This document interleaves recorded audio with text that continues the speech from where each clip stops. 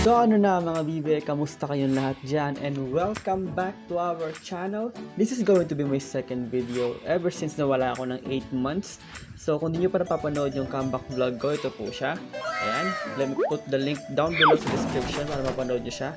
So mga bibe, for today's video, we are going to do a review of this product right here. Nakikita nyo yan? But before that, let's play the intro.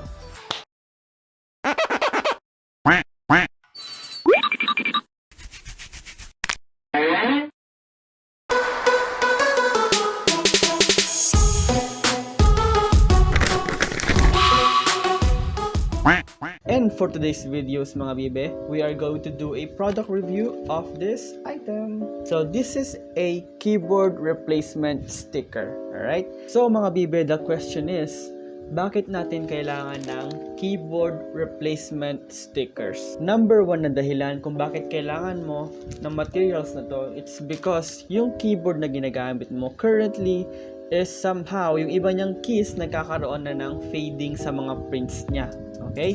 So meaning, yung ibang letters o yung ibang prints sa mga keycaps nyo, somehow nabubura na siya dahil sa pagka-overuse.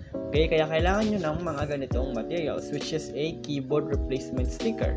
Para naman dun sa mga merong mechanical keyboard, ginagawa nila is, bumibili sila ng keycaps. Keycaps mga bibe is yung actual key piece dun sa ating keyboard. Okay? So yung keyboard natin is yung mismong board na kung saan nilalagay yung mga pinipindot nating keys. When it comes to mechanical keyboards, usually detachable po yung mga keycaps niyan or yung mga key pieces niyan. So meaning, pwede po siyang alisin para linisin yung keyboard and or para palitan po yung mga keys na yun.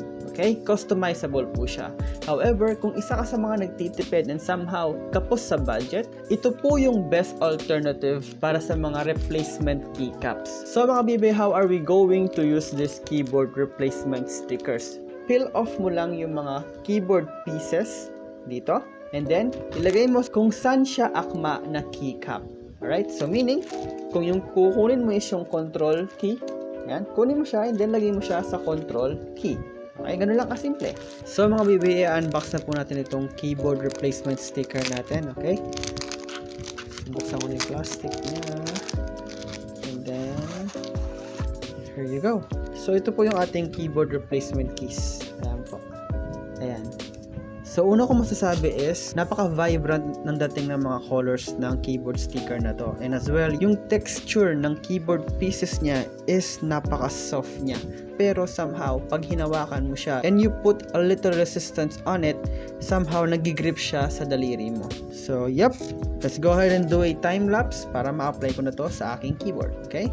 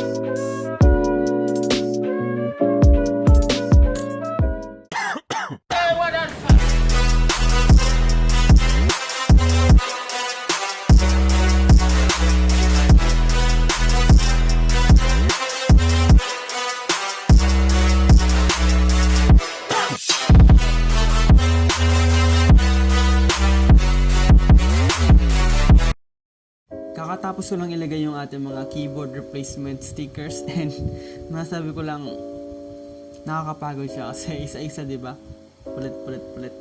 But anyways, worth it naman siya. Nakita nyo naman, diba? Ang ganda ng kinalabasan. Parang brand new yung aking mechanical keyboard. Nagko-complement yung theme ng keyboard stickers dun sa LED lights niya. Okay? So, kaya ang ganda tignan eh.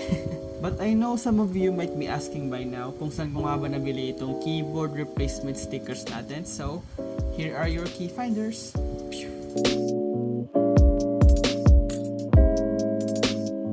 I know na hindi ganun kaganda yung aking mga review videos dahil nag-i-stick lang ako sa aking idea na you only need the basic knowledge about a product and the rest of it, especially the experience, that's for you to find out. Okay? So mga bibi, wala na akong ibang masasabi pa kundi like, share, comment, and subscribe, and make sure to click that notification bell para updated ka sa lahat ng mga videos natin. Okay? Maraming salamat sa inyong lahat. Take care. God bless. And I'm out.